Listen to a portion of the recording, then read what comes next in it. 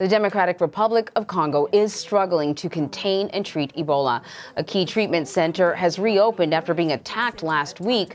Doctors Without Borders was forced to leave the area, and the UN is now working with local doctors to help address the latest outbreak.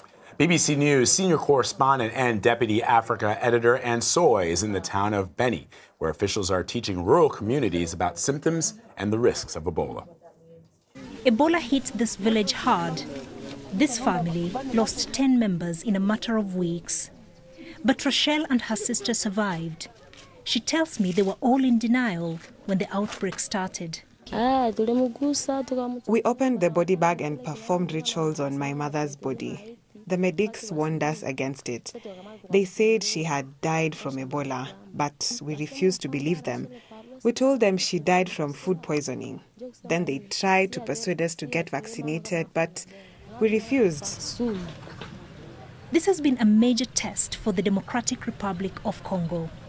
It's dealt with 9 previous outbreaks, mostly in remote villages in the west where they were easily contained. In a country as big as Western Europe, but with poor infrastructure, few knew about Ebola in the east. Even doctors who treated the first cases failed to recognize it. After a week, I started feeling unwell. I had a headache, fever. After 2 days, I started vomiting and having diarrhea. Even at that point, I didn't know what I was suffering from. Not even my colleagues who were treating me suspected Ebola. That's why health facilities became Ebola hotspots. It was worse in informal clinics where the majority of Congolese seek health services. They are called Tradimodern, and they are run by untrained practitioners. We can't close this clinic, right, just because the person is not trained. He's an integral part of the healthcare system, or the health continuum in this community. So what we need to do is leverage the fact that he's already here, build his capacity in one way or the other so that he can provide safer care than he's already doing. A confirmed case of Ebola was treated here. The traditional healer continued to use the same equipment on other patients. Now, everything has to be decontaminated or destroyed. It's now safe to come to this clinic, this community leader assures the villagers.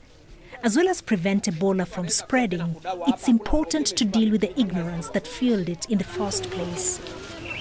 This is an impromptu classroom in the middle of the village, and many of them like these are happening in different parts of eastern Congo. Health workers are going to villages, to different residential areas and talking to people about Ebola. He's been asking these children what they know about the disease and teaching them how they can prevent infection. Back at the clinic, destroyed items are replaced. It can now continue to function, but not deal with Ebola. Suspected cases must now go to specialized treatment centers.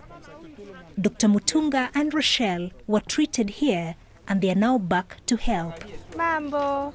Being survivors, they are now immune and are giving back, even as the outbreak continues. Anne Soy, BBC News, Beni.